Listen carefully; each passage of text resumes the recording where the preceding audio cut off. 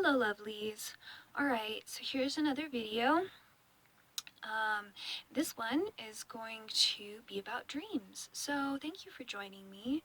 And I have worked with dreams for many years now. I've always paid attention to my dreams, I feel like. Any really significant ones I've written down for, I don't know, since like middle school or high school, anytime, once I really started keeping like a journal and stuff. If I had some really significant dream, I would write it down. And finally, I started just writing them all down. And so I've worked with dreams again for a good chunk of my life. And I've learned so much from this dream work. And through dream work as well as my other studies, I've learned a lot about symbology. And I feel like it is a lost language. I think more people are remembering it or picking up on it nowadays as this kind of new age energy comes in and starts to take over, for lack of better explanation. But more folks are getting into these avenues and roads of divination and magic and stuff like that. So I think that dreams and symbology are just very important to work with, have a lot to offer in our lives, guidance, wisdom. It sort of helps you meditate on things, where you are, what direction you're headed in, all that kind of stuff. And so today I just wanted to talk to you a little bit about that. It is kind of one of my goals to maybe help bring back the language of symbols to people, because it doesn't matter what culture or religion or whatever it is that you've been brought up in. Symbols are the same across the board, and that's why I think we originally started our language or our writing with pictographs, whether you look at petroglyphs here in the Southwest, or if you look at like Chinese, the Chinese kanji actually originated from pictographs, and that's how they got their writing system. So for example, the symbol for sun is a circle with a dot in it, which is still used in astrology and alchemy. So although that symbol is still used, in the Chinese kanji, it became a square with a dot in it, and so that is the symbol for the sun. And of course, they have the corresponding word. But in my studies of kanji and similar writing systems, once you start seeing how these characters evolved, you can, even though you don't speak the language, you can start to get maybe a vague idea of what is being talked about, what these symbols mean, whether it's on a sign or in a sentence or something. If you can pick out a few of those little pictographs, you can know what it's talking about. You don't even have to read the language or know what dialect of Chinese it is. You still got that picture to go by. And a picture, speaks 1,000 words. So this is, the same for dreams. Our dreams are completely based on symbology. And so as humanity, as collective species and collective consciousness, there are, we relate to these symbols. They mean the same, no matter who you are, where you are. That symbol is going to mean the same thing, or pretty damn near the same thing. So I've spent, all this time working with dreams has really helped open up my perspective on, what symbols mean, and at first I, of course, when you're starting and you don't know any better, you gotta use a dictionary or something to help you. So this was my first dream dictionary. It's Mary Summer Rain's Guide to Dream Symbols. And of course there's all kinds of free online dictionaries. So you can always use those if you need to figure out what something means.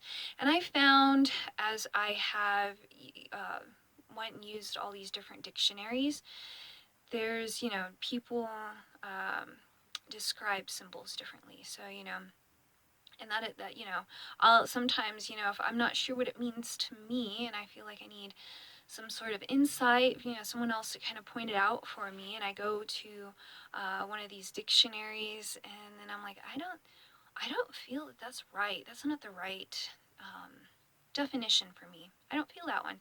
I'll go and I'll try a couple other different ones until I find the meaning that feels right to me, and I'm like, oh, okay.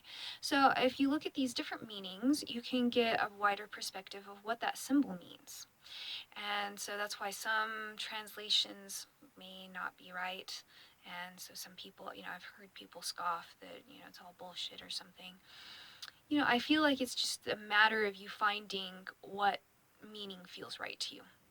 And so also, the best advice I have ever been, come across as far as interpreting dreams is to just literally write it down, because when you write it down, it helps you remember if you only got a fragment or two. Once you start writing it down, and the more you do this, the more it will help bring back the rest of the dream memory for you. And so the more of the dream that you can remember, the clearer the picture is going to be, and all the details matter. And because it paints that full picture. If you only got one symbol, it's like a cup on a table. But then, as you remember, then you remember the table that the cup is on, and the room that the table's in, and then all those colors, shapes, details are gonna give you a bigger, more clear picture of what that means, right? So that's your first step. And then also when you're writing it down, if you can, everyone kind of writes it down differently. But as you're writing it, if you can write it down in like first person, like as it was happening, like write down the dream as you remember it happening, and the feelings that you had. If you can remember how those details made you feel, that is going to be your key point. That is what your dream means, is those feelings that it made you feel. But I understand, like, if you're disconnected from feeling, which I have been pretty disconnected from feelings for a good chunk of my life, that's a whole other thing. But yeah, so, I have had times where I'm like, I don't know how that made me feel. But I wrote it down anyways. And as I started, deciphering the dream, then it helped bring things together for me. So if it made you feel stuff, keep that in mind, write that down.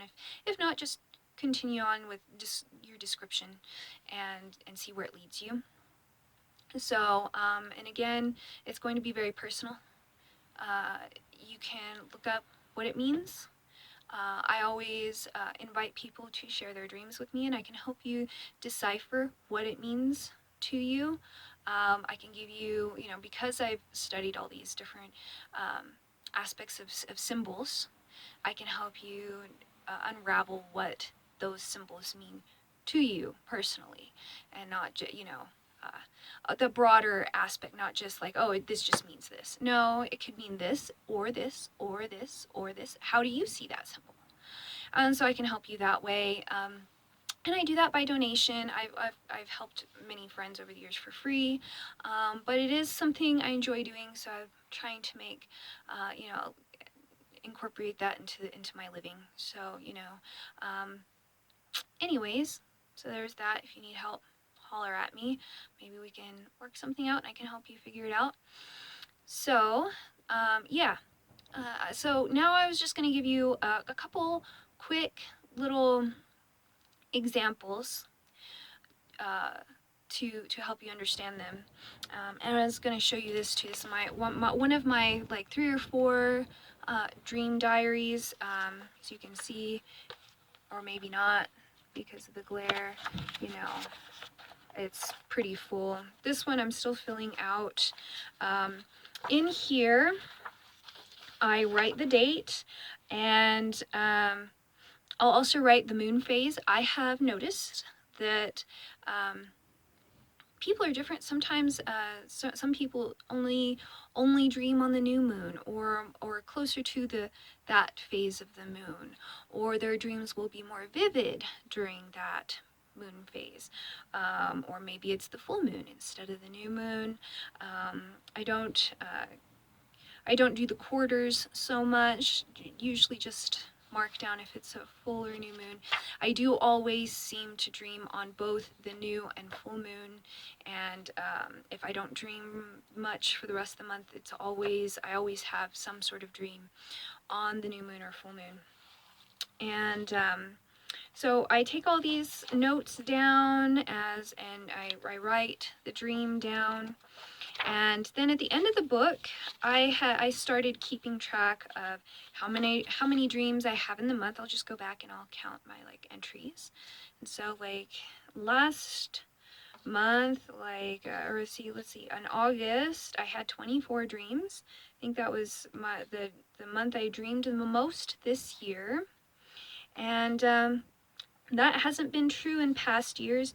I don't know, sometimes I see some interesting correlations just with where I'm at in life, or with other numbers that pop up for me. So I don't know, that might be going further than some people care to, but I've gotten pretty meticulous with keeping all these notes and keeping track of all these things to see if I dream more on certain days than other days, or certain months than other months, if it's the same year to year, and it's pretty interesting. You can correlate and find just lots of correlations with what's actually going on with you in your life, and it can give you further insight to understanding what you're going through, understanding where you are, what's going on.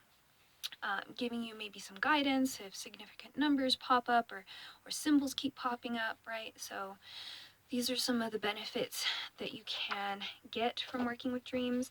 And there's also different kinds of dreams. There's the giveaway nothing dreams. That's what they're called in Native American, you know, teachings. Some of them will call it a giveaway dream, which is basically, it's not giving you a whole lot of anything useful. This is like your mind is kind of replaying the events of your day, or your week, or whatever, and it's just your mind is trying to process, digest, cope with what's been going on. And so the symbols that represent what you are going through in the moment are going to pop up, and it's just your mind trying to, again, assimilate what's been happening. Those aren't going to give you a whole lot, as much insight as other kinds of dreams. So then we have lucid dreams. So if you get good at lucid dreaming, you can control, the direction of your dream. You can explore, and so you're awake, but you're in your dream, so you can control it. So that's a different kind of dream. Then we have these like vision dreams, which can give you inspiration and guidance, or show you a vision of like the future, what's to come, maybe. So there's those kind of dreams. So there's a bunch of different kinds of dreams, and that's it's a whole in-depth topic. So there's plenty to study into that, if you're more interested. But I just wanted to kind of cover some basics for you with that, because I'm running out of time. But anyway, so a couple, to end this, just a couple different examples. I always like to use the example of this snake. So, snakes are actually a very positive symbol. They are full of just positive qualities, energies, teachings. And so anytime I encounter a snake in my dreams, I'm like, oh, cool, that means that I am transforming, because snakes shed their skin. And so it means like you're shedding your old skin, you're changing, you're growing, you're transforming into the next stage, the next cycle, right? The snakes are all about feminine energy and the void, and then so think about their movement. They're all about flow. Feminine energies are all about flow, right? You can see what type of snake it is for further, maybe it's a spirit animal for you or something, you can dive into that. What else? What kind of snake it was? Maybe a rattlesnake could be more of a warning if it's rattling. It's trying to alert you to something, right? But if it's just like, maybe it's a grass snake or something, then it's, you know, doesn't have that same meaning as a rattlesnake, right? So you can decipher some more meaning on the type of snake it was and the type of interaction you had. Was it after you? Did it just cross your path? Was it shedding? Was it sitting on some eggs? Was it eating something? Right? So snakes can also be tied to like new beginnings, because again they're about that transformation and change. And so again, there's all types of meanings behind snake. I could label about 20 or 50 more things that snake can teach us. They're all about eyesight, intuition is another thing, healing is another thing, and so those are also broad in their meaning and concept. But a lot of people nowadays, in our current society, are afraid of snakes. They're one of the biggest things people fear. They are associated with the devil and Satan and all this crap, which is complete and utter bullshit. I'm sorry. But if that's what you believe in, well then that's the meaning and association that you're going to attribute to the snake, and you're going to be fearful. So again, what energy, what emotion did it bring up in the dream? Were you scared? Why? Why were you scared? What is it trying to teach you? What is it trying to point out? Maybe, maybe is there a snake in your life? Is someone, there's that phrasing, right? If someone's being sneaky, snake-like in your life, maybe there's someone you should watch out for. So you're going to have to see, what does that mean to you? What does snake mean to you? All right, and so depending on what that symbol means to you specifically, that's going to be your most accurate description of what the dream was trying to convey. What's another good one? That one's such a really good one because, again, there's the both spectrums of snake, A bunch of people see it as evil, bad, and like there's me, where I'm like, no, no, no, no, we've been taught wrong. There's a bunch of positive meanings. Look at, all these other attributes of snake. So, you know, um, anyways, I think I'm about to run out of time, so I've got to wrap it up.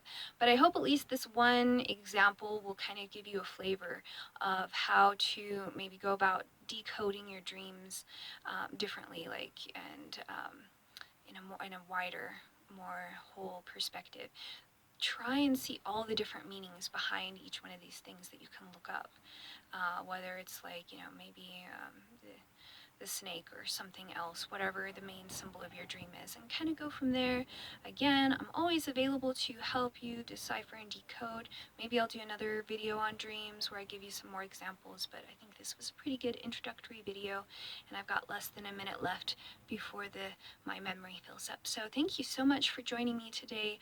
All the love and blessings. If you enjoyed this, please like, subscribe, give me some love, or a donation. I've got my information. I got Venmo, PayPal, and Patreon in the comments below.